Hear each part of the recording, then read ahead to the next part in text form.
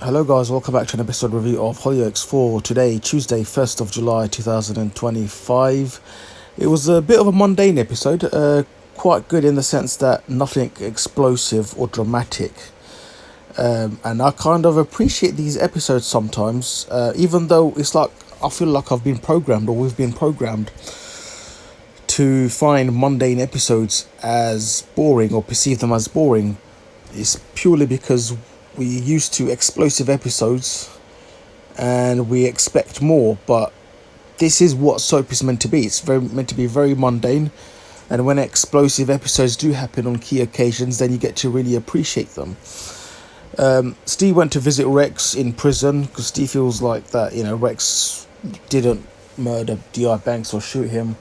Rex doesn't want to say the truth because he feels like he wants to be punished.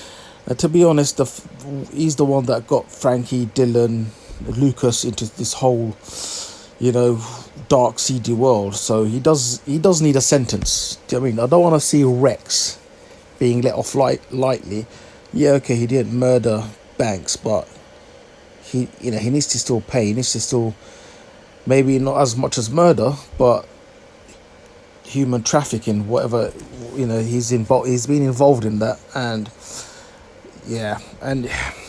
you can say his bosses were controlling him, but he was adamant as well. There are many dark times with Rex, and the episode also dealt with the aftermath of Tony and Mercedes sleeping with each other, which I found absolutely hilarious yesterday, and very shocking. They said they're gonna keep it on, kind of low key, and they're not gonna tell anyone. Tony put his clothes on and went away. But these things have a habit of coming to bite you in the bum, and I feel like Tony will get caught. It's only a matter of time. Well, he hasn't been caught cheating, but you know what I mean. Diane or someone will find out, and then it will lead to Diane getting found out. Jacob, on the other hand, he's on a mission after Claire's commands. Unfortunately for Frankie, she's obviously likes him, but he's hanging around the group because he wants some information so he could share that to Claire, and him and his mum can get off free. Because I can understand his situation. He's still in that world. Claire still got him and his mum. He's not lucky as the other three who managed to escape. He hasn't escaped yet. Bobby's who's in. Again, like I said yesterday, I don't want to see this whole thing drag out, and Claire's been running her operation for another few months. I think that'd be quite torturous as viewers, not only because it's crude, but it's very boring when one story is being repeated twice within the space of a month.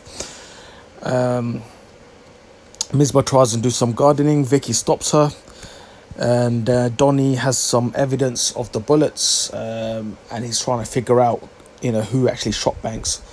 Dillon nicked the papers when Misbah and Donnie were basically having, could say, couple friendly fun time upstairs, and which then in the picture you can see now Frankie shredded them because Frankie doesn't want to know who was responsible for Banks's murder out of the three.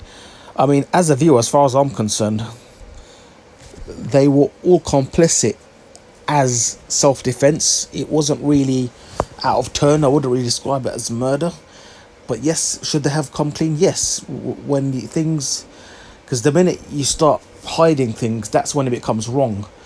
But if Banks would have shot them if they didn't do anything, so it was purely self-defense, but they should have let the police know and do their jobs instead of taking matters to their own hands. But also Rex took the rap, which is quite hard anyway.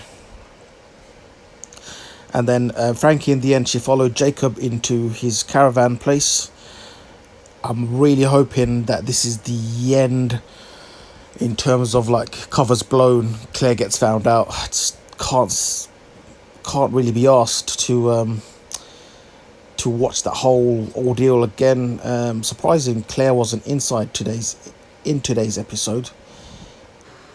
Dillon has it off with his ex. They basically slept together on Lucas's couch.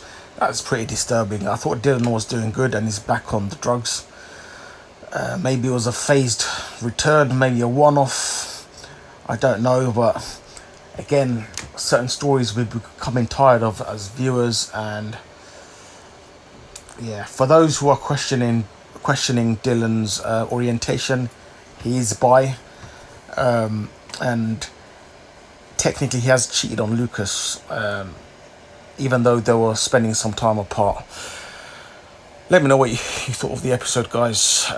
Mundane, but I personally don't want to see certain storylines repeating itself. See you tomorrow. Peace.